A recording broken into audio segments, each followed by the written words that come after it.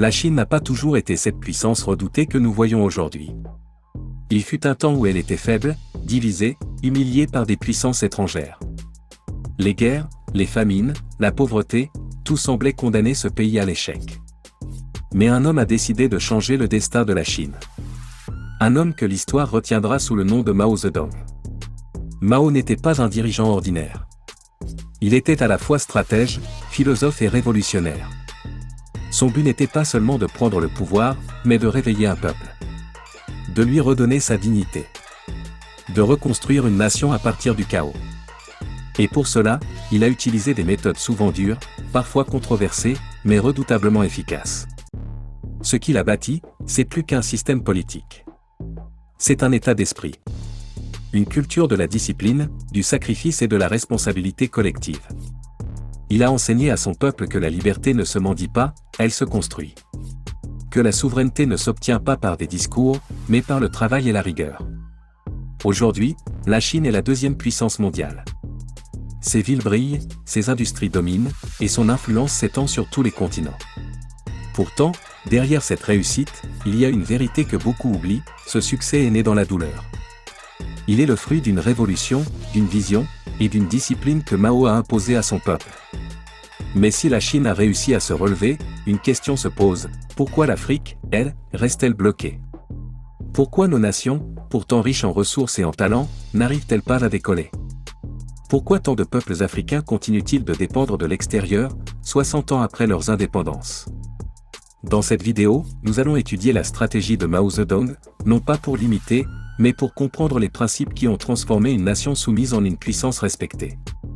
Nous allons comparer la Chine d'hier à l'Afrique d'aujourd'hui, analyser les différences, les erreurs, et surtout les opportunités. Car au fond, ce que Mao a fait pour la Chine, un continent déterminé pourrait le faire pour l'Afrique. L'Afrique a connu la colonisation. Elle vit encore les effets du néocolonialisme. Ses dirigeants, pour beaucoup, ne sont que les représentants de leurs anciennes métropoles. Ces économies dépendent de l'exportation brute, de l'aide internationale, ou de dettes qui ne cessent de croître. Pendant ce temps, ces populations s'épuisent dans l'attente d'un miracle. Mais le miracle n'arrive jamais. Pas sans discipline. Pas sans courage. Pas sans vision. Mao Zedong a compris que les grandes transformations ne naissent pas du confort, mais de la souffrance maîtrisée. Il savait que pour bâtir une Chine nouvelle, il fallait d'abord détruire les vieilles dépendances. Il a rééduqué son peuple, parfois avec dureté, mais toujours avec un objectif clair, que la Chine ne soit plus jamais un pays soumis. Et si l'Afrique avait besoin d'un même réveil? Pas d'un homme providentiel, mais d'un esprit collectif. D'un sursaut moral et politique. D'une idéologie africaine forte, enracinée dans nos réalités, portée par notre jeunesse, et soutenue par une discipline nationale. Parce que le vrai combat n'est plus militaire. Il est psychologique, économique et culturel. Ce que Mao a compris, c'est que la plus grande bataille d'un peuple, c'est celle de sa conscience. Avant Mao, la Chine n'était pas une puissance. C'était une nation blessée. Appauvrie. Morcelée. Entre le 19e siècle et le début du 20e siècle, elle vivait l'une des périodes les plus sombres de son histoire. Les puissances étrangères s'étaient littéralement partagé son territoire. L'Angleterre, la France, l'Allemagne, la Russie, le Japon et même les États-Unis avaient imposé leurs lois. Les ports chinois étaient devenus des zones étrangères. Shanghai, Canton, Tianjin, Qingdao, autant de villes où le drapeau chinois ne signifiait plus rien. Tout a commencé avec les guerres de l'opium. Les Britanniques voulaient vendre de la drogue au peuple chinois. L'empereur s'y est opposé. Mais Londres a répondu par la force. La Chine a perdu. Et à partir de là, les traités inégaux se sont multipliés. La souveraineté chinoise s'est effondrée. Ses richesses ont été pillées. Son peuple, humilié. Les puissances occidentales ont imposé leurs lois, leurs tribunaux, leurs douanes. La Chine était devenue une économie de dépendance. Les étrangers contrôlaient le commerce, la monnaie, les ports. Même les rails et les mines appartenaient à d'autres. Pendant ce temps, l'élite chinoise se disputait le pouvoir et servait les intérêts étrangers. Le Japon, de son côté, voyait dans la Chine un terrain de conquête. Après la guerre de 1894, il s'est emparé de la Corée, puis de la Mandchourie. En 1937, il envahit le pays, massacre des civils à Nankin, et impose sa domination. La Chine n'était plus qu'un champ de ruines. Un empire millénaire était devenu un corps sans esprit. Une nation sans direction. Cette période, entre 1840 et 1949, est connue comme le « siècle des humiliations ». Un siècle pendant lequel la Chine a tout perdu. Sa souveraineté, son économie, et sa confiance. Mais dans cette obscurité, un homme a refusé de baisser la tête. Mao Zedong. Il n'était pas un général issu de l'élite. Il venait du peuple, des montagnes du Hunan. Fils de paysan, nourri par la souffrance et la colère de son époque. Il ne voulait plus d'une Chine soumise. Il voulait une Chine debout. Son combat n'était pas seulement politique. Il était psychologique. Mao a compris que la vraie domination n'était pas dans les armes, mais dans l'esprit. Tant que le peuple chinois penserait comme un dominé, il resterait dominé. Alors il a entrepris de transformer cette mentalité. De faire renaître la dignité nationale, la fierté culturelle et la discipline collective. Et c'est là que le parallèle avec l'Afrique contemporaine devient évident. Car ce que la Chine a vécu au XIXe siècle, l'Afrique le vit encore aujourd'hui. Les ressources sont pillées, les dettes imposées, les gouvernements influencés. Certains dirigeants obéissent plus à Paris, Londres ou Washington qu'à leur propre peuple. Et comme la Chine d'autrefois, l'Afrique attend qu'on la respecte sans avoir reconstruit sa puissance. Mais dans ce système d'humiliation silencieuse, certains se lèvent. Des voix nouvelles, comme celle du capitaine Ibrahim Traoré au Burkina Faso, rappellent au monde que la souveraineté n'est pas un mot, mais une attitude. Il parle comme Mao parlait autrefois, avec conviction, courage et un profond sentiment d'urgence. Il appelle à la rupture, à la dignité, à l'unité des peuples africains. Et cela dérange, comme Mao dérangeait son époque. Mao voulait libérer la Chine de ses chaînes coloniales. Traoré veut libérer l'Afrique des siennes. L'un a combattu les puissances européennes du XIXe siècle. L'autre affronte les structures néocoloniales du XXIe siècle. Et dans les deux cas, la bataille est la même, une bataille pour la conscience, pour la souveraineté, pour l'honneur. Mao a dit un jour, une nation qui veut se relever doit d'abord apprendre à marcher seule. C'est cette leçon que l'Afrique doit retenir. Avant d'espérer l'aide du monde, elle doit réapprendre à croire en elle-même. La Chine a trouvé en Mao une direction, une idéologie, un cap. L'Afrique, elle, cherche encore la sienne. Mais tout réveil commence toujours par une prise de conscience. Et ce chapitre de l'histoire chinoise n'est peut-être que le miroir de ce que l'Afrique doit accomplir aujourd'hui.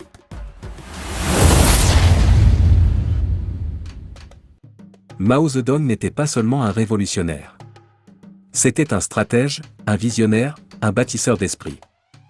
Il savait que la victoire ne dépendait pas seulement des armes, mais de la conviction des hommes. Dans un pays détruit, affamé, sans repère, il a redonné au peuple chinois un sens du devoir et un but commun. Il a transformé des paysans en soldats, des ouvriers en militants, et des intellectuels en serviteurs de la nation. Sa force ne venait pas de la richesse, ni de la technologie, mais de la foi qu'il inspirait. Mao parlait au cœur du peuple. Il disait que la révolution n'était pas un choix, mais une nécessité. Que la liberté d'un peuple ne pouvait jamais être offerte, mais gagnée. Il ne voulait pas d'une indépendance symbolique. Il voulait une transformation totale, sociale, économique et culturelle. Il a compris que la vraie force d'un pays se trouve dans l'unité de sa population. Et pour unir un peuple, il faut lui donner une cause, une direction et un ennemi commun, la dépendance. Mao a imposé la discipline comme fondement de son système. Il a exigé le travail, la rigueur et le sacrifice. Il a appelé chaque citoyen à servir une idée plus grande que lui-même. C'est ce qu'il a appelé le nouvel homme chinois. Un homme formé à penser collectivement, à travailler pour la nation, à croire que la grandeur ne vient pas du confort, mais de la persévérance. Pour lui, la pauvreté n'était pas une fatalité. Elle était un point de départ. Le peuple chinois, selon lui, devait apprendre à créer, à produire, à bâtir, avec ce qu'il avait, sans attendre l'aide de personne. Cette philosophie d'autonomie, qu'il résumait par « compter sur nos propres forces », a changé le destin de la Chine. Mao a compris que la dépendance économique est une forme d'esclavage moderne. Il a encouragé la production locale, l'éducation idéologique et la discipline collective. Il a dit, une nation sans conscience politique est une nation sans avenir. Il croyait que l'éducation devait servir la transformation nationale, pas seulement le confort personnel. Les écoles, les usines, les campagnes, tout devait être tourné vers un seul objectif, construire une Chine nouvelle, forte et souveraine. Cette idée choque certains, mais elle révèle une vérité universelle, on ne bâtit pas une nation avec des discours, mais avec une vision et une direction ferme. Mao savait que tout changement profond provoque des résistances. Il a affronté les critiques, les trahisons, les échecs. Mais il n'a jamais reculé. Pour lui, chaque sacrifice avait un sens. Chaque douleur faisait partie du processus de libération. Il a traversé des guerres, des famines et des crises, mais il a gardé son cap. Et c'est cette constance qui a fait de lui un symbole. L'Afrique a besoin de ce même état d'esprit. Pas d'un culte de la personnalité, mais d'un leadership conscient. Un leadership qui ose imposer la rigueur avant le confort, la production avant la consommation, et la fierté avant la dépendance. Mao disait, si vous voulez changer le monde, commencez par changer la pensée de votre peuple. L'Afrique, elle, souffre encore d'une pensée héritée, une pensée coloniale qui fait croire que le salut viendra toujours de l'extérieur. Mais l'histoire de la Chine prouve le contraire. Personne ne vous libérera à votre place. La libération, c'est une construction intérieure avant d'être une conquête extérieure. Mao a utilisé les symboles, la culture et l'éducation comme armes. Le petit livre rouge, les chants révolutionnaires, les slogans sur les murs, tout servait à réveiller une conscience collective. Ce n'était pas seulement de la propagande, c'était une stratégie psychologique. Il savait que pour changer un peuple, il faut d'abord changer ce qu'il croit possible. En Afrique, ce travail reste à faire. Nos peuples doutent encore de leur puissance. Ils admirent les autres, mais hésitent à croire en eux-mêmes. Pourtant, tout développement commence par la foi en sa propre valeur. Mao n'a pas demandé la permission d'exister. Il a imposé le respect par la détermination, par la discipline, et par la clarté de son projet. Et c'est là la vraie leçon, aucune nation ne se relève sans un cap clair et un peuple prêt à en payer le prix. Mao n'était pas parfait. Ses erreurs ont coûté cher. Mais sa détermination a transformé une civilisation. Et c'est cette mentalité que l'Afrique doit retrouver, celle de l'autonomie, de la fierté et du devoir. Parce qu'à la fin, le développement n'est pas une aide qu'on reçoit, c'est une décision qu'on prend. Mao Zedong avait compris une vérité que peu de dirigeants osent affronter, on ne bâtit pas un pays avec des promesses, mais avec une stratégie. La sienne reposait sur 3 piliers simples mais redoutables, l'autonomie, l'unité et la discipline. 3 mots qui allaient transformer une nation en ruine en puissance mondiale. Le premier pilier, c'était l'autonomie économique. Mao savait que la Chine devait produire ce qu'elle consommait. Il ne voulait plus dépendre de l'Occident pour le riz, le charbon ou l'acier. Il disait, un peuple qui mange grâce à un autre n'est jamais libre. Alors il a lancé la politique du « compter sur nos propres forces ». Les villages ont été encouragés à devenir autosuffisants. Les paysans apprenaient à cultiver mieux, à stocker, à fabriquer leurs outils. Les usines locales étaient construites, parfois avec des moyens rudimentaires, mais avec une énergie incroyable. Ce n'était pas une économie parfaite, mais c'était une économie de survie, de dignité et de fierté. Mao a voulu que chaque village soit une petite Chine, capable de résister à tout embargo, à toute pression étrangère. Et cette philosophie, aujourd'hui encore, reste la base de la puissance chinoise. Le deuxième pilier, c'était l'unité nationale. Mao savait que la Chine était immense, diverse, traversée par des cultures et des langues différentes. Mais il croyait qu'une nation divisée ne pouvait jamais être forte. Il a donc imposé une identité collective, celle du peuple chinois, uni autour d'un même destin. Il a combattu les seigneurs de guerre, les factions internes et les divisions idéologiques. Il disait, nous avons trop longtemps été 100 petits royaumes. Désormais, nous serons une seule nation. Il a enseigné au peuple que la fraternité nationale était plus importante que les intérêts personnels. Cette unité n'a pas été facile. Elle s'est construite dans la douleur, parfois même dans la peur. Mais sans elle, la Chine ne se serait jamais redressée. Et c'est là que le parallèle avec l'Afrique devient frappant. L'Afrique parle de panafricanisme, mais agit souvent en ordre dispersé. Les nations s'opposent, les dirigeants se méfient, les peuples se divisent pour des frontières que d'autres ont tracées. Mao, lui, a effacé les anciennes divisions et a bâti un sentiment d'appartenance nationale. C'est ce qui manque encore à l'Afrique, une unité qui dépasse les ethnies, les langues et les frontières héritées. Le troisième pilier, c'était la discipline collective. Mao croyait que sans rigueur, sans travail et sans sacrifice, aucune révolution ne survit. Il exigeait l'engagement total. Pas seulement celui des soldats, mais celui de chaque citoyen. Il disait, celui qui ne travaille pas pour le peuple ne mérite pas d'en faire partie. La discipline n'était pas une contrainte, c'était une fierté. Chaque ouvrier, chaque paysan, chaque étudiant se sentait responsable du progrès national. Il fallait construire, produire, apprendre, servir. Le peuple chinois a compris que la liberté sans devoir n'est qu'une illusion. Et cette idée a donné naissance à une génération de travailleurs acharnés, disciplinés, prêts à bâtir leur futur. Cette mentalité, l'Afrique en a besoin plus que jamais. Trop de pays africains cherchent le progrès sans effort, le développement sans plan, la reconnaissance sans travail collectif. Or, il n'y a pas de miracle. Il n'y a que la discipline. Celle qui pousse un peuple à se lever tôt, à travailler dur, à construire ses routes, ses écoles, ses industries, sans attendre que d'autres le fassent à sa place. Mao n'a pas offert à la Chine une démocratie confortable. Il lui a offert une base solide. Il a donné à son peuple le goût de la responsabilité. Et même si ces méthodes étaient dures, elles ont produit des résultats que le monde entier peut voir aujourd'hui. Les grandes nations se construisent toujours sur 3 fondations, une économie indépendante, une unité solide et une discipline nationale. L'Afrique ne manque ni de ressources, ni de talent. Ce qui lui manque, c'est une stratégie claire et le courage collectif de l'appliquer.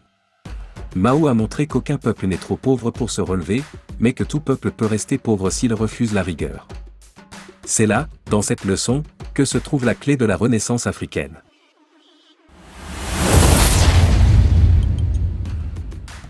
L'Afrique d'aujourd'hui ressemble à la Chine d'hier. Riche, mais dépendante. Pleine de potentiel, mais prisonnière de ses contradictions. Un continent béni par la nature, mais affaibli par la division. Les ressources sont là. Le talent est là. Mais la direction manque. Les puissances étrangères, comme autrefois en Chine, exploitent nos richesses, dictent nos politiques et influencent nos décisions. Les anciennes métropoles contrôlent encore nos économies à travers les dettes, les accords commerciaux et les institutions financières internationales. Nos matières premières quittent nos ports bruts et reviennent transformées, vendues 10 fois plus cher. Cette dépendance moderne n'est pas une fatalité, mais le résultat d'une stratégie que d'autres ont écrite à notre place. La Chine, au XIXe siècle, était dans la même situation. Colonisée, divisée, dépendante. Elle a choisi de rompre. L'Afrique, elle, hésite encore. Elle dénonce, mais ne rompt pas. Elle critique, mais continue de tendre la main. Elle parle de souveraineté, mais signe encore des accords qui la maintiennent sous tutelle. Le problème n'est pas seulement économique. Il est mental. C'est une question de perception, de fierté, de volonté collective.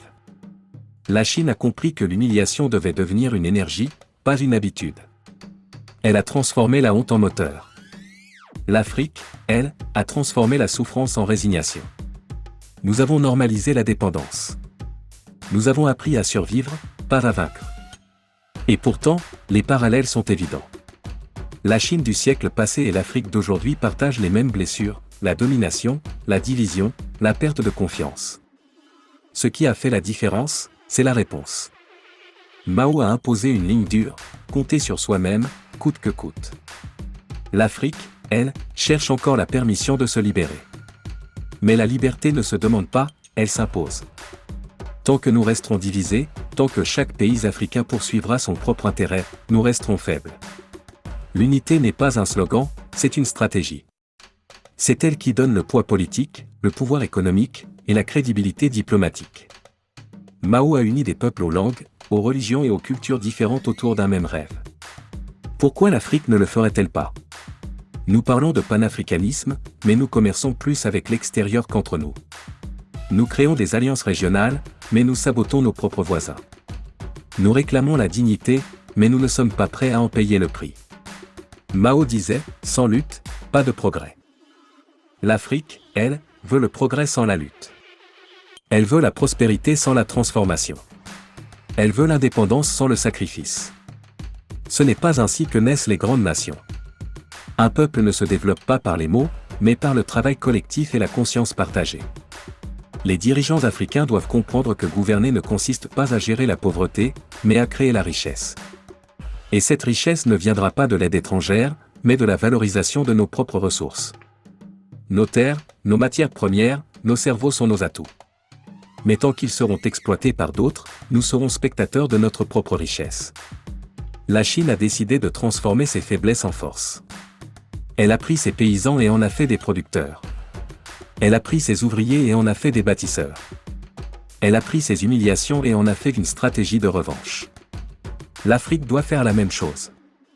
Transformer la douleur en détermination, la dépendance en discipline, la colère en courage.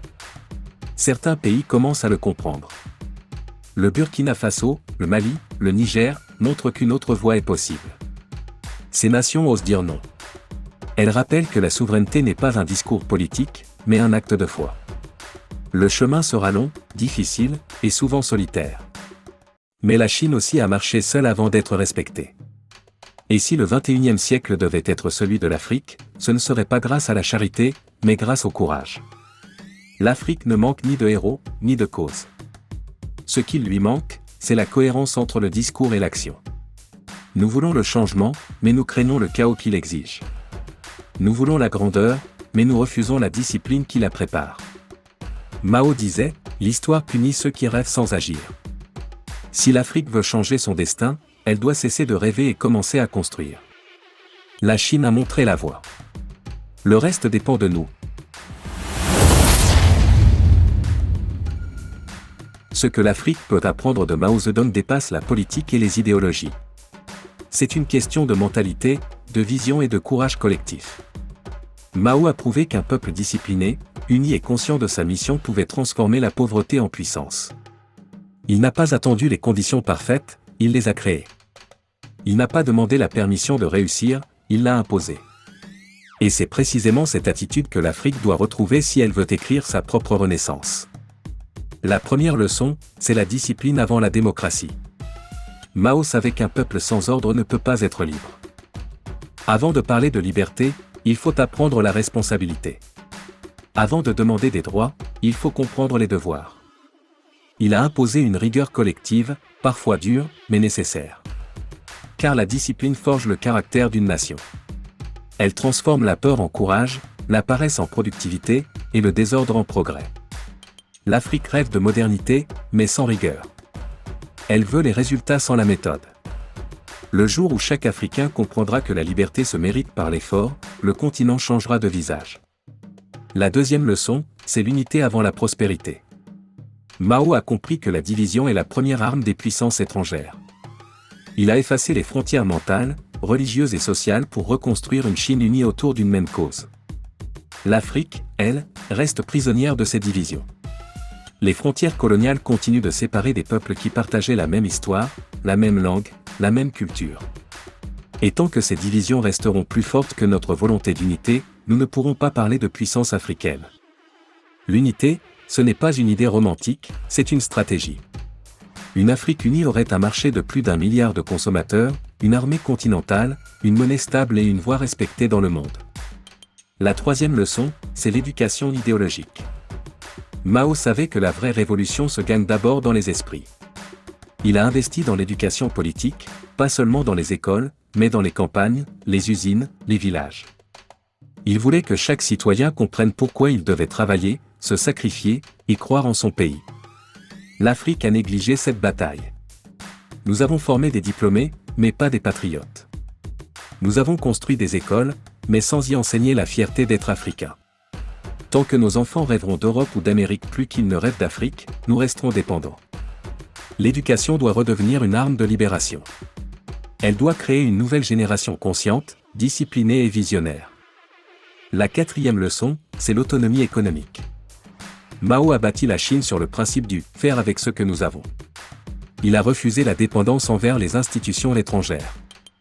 L'Afrique, elle, a adopté le contraire. Nos pays vivent de près, d'aide et de dons. Cette dépendance a un prix, la perte de souveraineté. Chaque aide extérieure est une chaîne invisible. Nous devons apprendre à produire localement, à transformer nos ressources, à bâtir nos propres industries.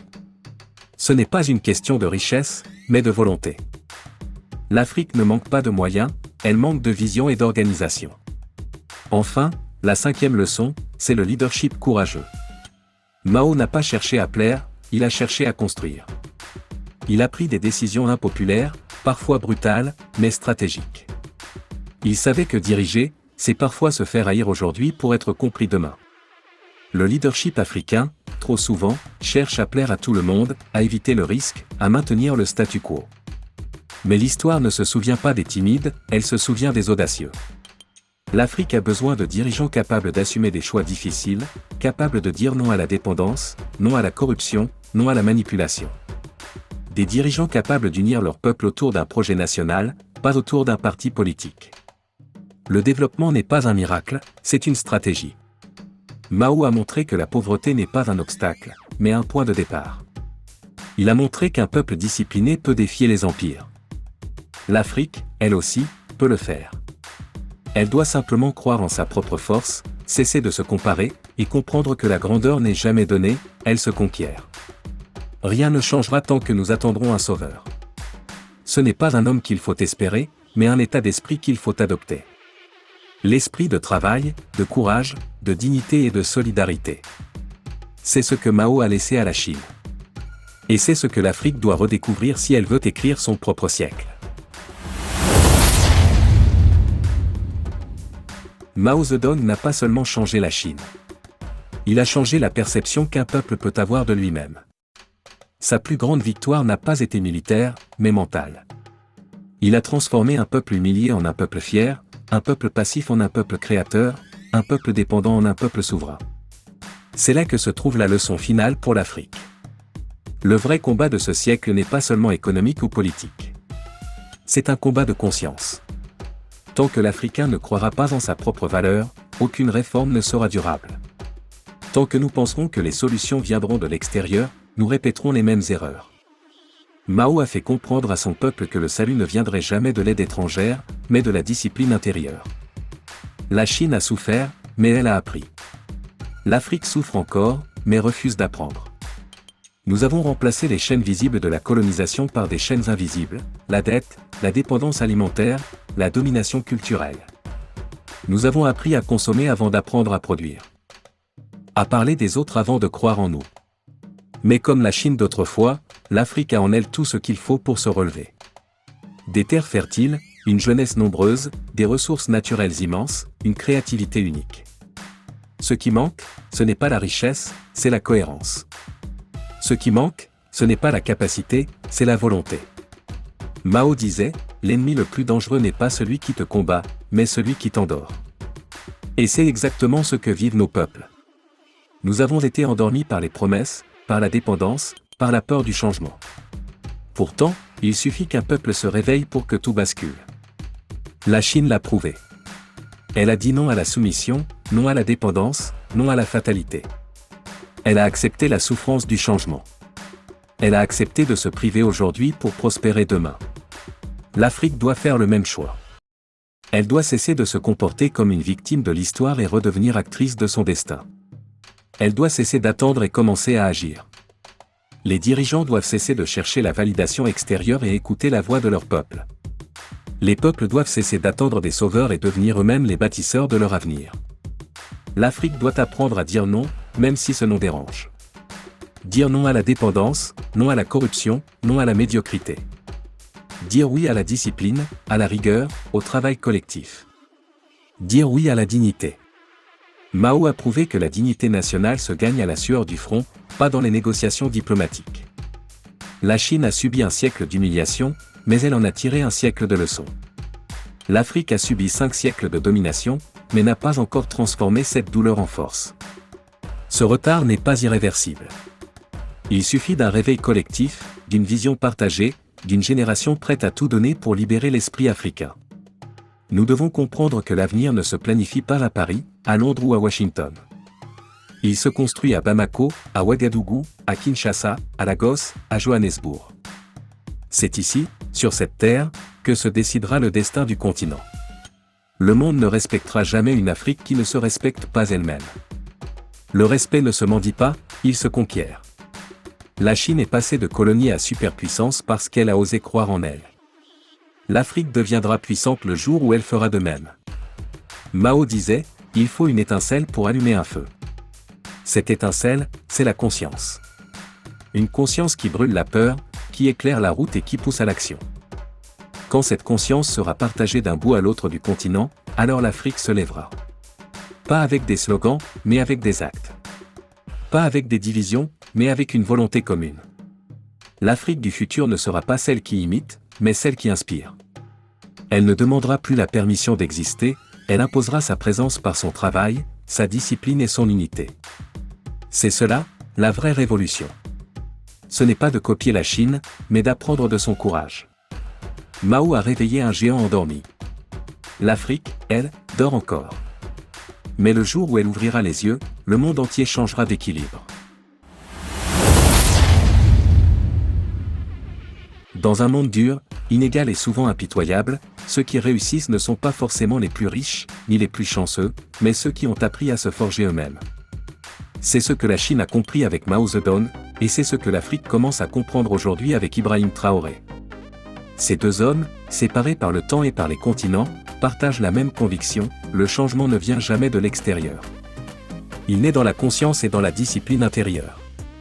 Ils nous rappellent que pour transformer une nation, il faut d'abord transformer les individus. Car sans développement personnel, il n'y a pas de développement collectif. Voici 6 grandes leçons inspirées de leur parcours, 6 piliers pour réussir dans cette vie rude, complexe et parfois injuste. La première leçon, c'est la clarté de la mission. Ni Mao ni Traoré n'ont agi par ambition personnelle. Ils avaient une vision, un but plus grand qu'eux-mêmes. Ils savaient où ils allaient, et pourquoi. Dans la vie, beaucoup échouent non pas faute de talent, mais faute de direction. Quand tu ne sais pas pourquoi tu te lèves, la moindre difficulté te fait abandonner. Avoir une mission, c'est avoir une boussole. C'est savoir que ta douleur a un sens, que ton effort a une destination. Dans un monde de distraction, la clarté est ton arme la plus précieuse. Sans elle, tu te perds dans les chemins des autres. La deuxième leçon, c'est la discipline intérieure. Le succès n'est pas une question de chance, c'est une question d'habitude. Ibrahim Traoré le répète souvent à travers ses actes, on ne dirige pas un peuple sans d'abord se diriger soi-même. Le leadership commence par l'autodiscipline. C'est la capacité à te contrôler quand tout autour de toi t'invite à la facilité. C'est dire non à ce qui brille mais ne construit pas. C'est rester concentré quand les autres se dispersent. Celui qui n'a pas de maîtrise de soi devient esclave de ses impulsions. Et dans ce monde, les impulsifs se font toujours manipuler par les disciplinés. La troisième leçon, c'est le courage moral. Traoré a osé dire non quand beaucoup disaient oui. Mao a résisté quand tout semblait perdu. Le courage, ce n'est pas l'absence de peur, c'est la décision d'agir malgré la peur. Dans la vie, il y aura des moments où tu seras seul, où personne ne t'encouragera, où même ceux que tu aides te trahiront. Mais c'est dans ces moments-là que se forge le caractère. Le vrai courage, ce n'est pas de se battre contre les autres, c'est de continuer à avancer quand le doute veut t'arrêter. Sans courage, tout rêve reste une illusion. La quatrième leçon, c'est la responsabilité. Les grands hommes ne cherchent pas des excuses, ils cherchent des solutions. Ibrahim Traoré ne passe pas son temps à accuser le colonialisme. Il agit. Il construit. Il décide. Il sait que l'histoire ne récompense pas les plaintes, mais les résultats. De même, dans ta vie, rien ne changera tant que tu penseras que tout dépend des autres. La responsabilité, c'est accepter que ton destin soit entre tes mains. Ce n'est pas un fardeau, c'est une liberté. Parce qu'à partir du moment où tu comprends que tout dépend de toi, plus personne ne peut t'arrêter. La cinquième leçon, c'est la foi en soi. Mao croyait en son peuple quand le monde le méprisait. Traoré croit en l'Afrique quand beaucoup doutent encore. La foi en soi, ce n'est pas de l'arrogance, c'est la certitude que tu es capable de te relever, même après la chute. C'est la conviction silencieuse qui te pousse à recommencer, encore et encore, quand tout semble perdu. Croire en soi, c'est refuser d'abandonner. C'est la plus grande forme de résistance. Et dans un monde où tout le monde te dit que c'est impossible, croire en toi devient un acte révolutionnaire. La sixième leçon, c'est la solidarité. Aucun grand projet ne se bâtit seul. Mao l'avait compris. Traoré le prouve. Le succès individuel sans solidarité est une illusion. Le véritable progrès, c'est quand ton succès inspire les autres, quand ta victoire devient une porte pour ton peuple. Dans la vie, aide ceux qui veulent avancer. Partage ton savoir, ton expérience, ton énergie. Parce qu'un esprit égoïste finit toujours seul, mais un esprit solidaire laisse une trace. Celui qui élève les autres s'élève lui-même. Le monde ne changera pas avec des individus brillants, mais avec des communautés conscientes et unies. Voilà les 6 piliers du succès dans cette vie rude. Clarté, discipline, courage, responsabilité, foi et solidarité. Ces valeurs ne sont pas des théories, mais des armes. Elles forgent des nations comme elles forgent des destins. C'est ce que Mao a transmis à la Chine, et ce que Traoré essaie d'incarner pour l'Afrique. Le développement personnel n'est pas une mode, c'est une stratégie de survie. Parce que dans ce monde, celui qui ne se construit pas intérieurement sera toujours dominé par celui qui a appris à le faire. Nous arrivons à la fin de cette réflexion, mais le vrai travail commence ici. Le monde ne récompense pas les spectateurs, il récompense les acteurs. Si tu veux que ta vie change, commence par changer ton esprit. Si tu veux que ton peuple se relève, commence par te relever toi-même. La grandeur n'est pas une destination, c'est un comportement répété chaque jour. L'Afrique se réveillera le jour où chaque Africain comprendra que le pouvoir ne se trouve ni à Paris, ni à Washington, mais dans son propre esprit. Le jour où nous apprendrons à penser, à produire, à agir par nous-mêmes, personne ne pourra plus nous dominer. Mao l'a fait pour la Chine. Ibrahim Traoré montre la voie pour l'Afrique.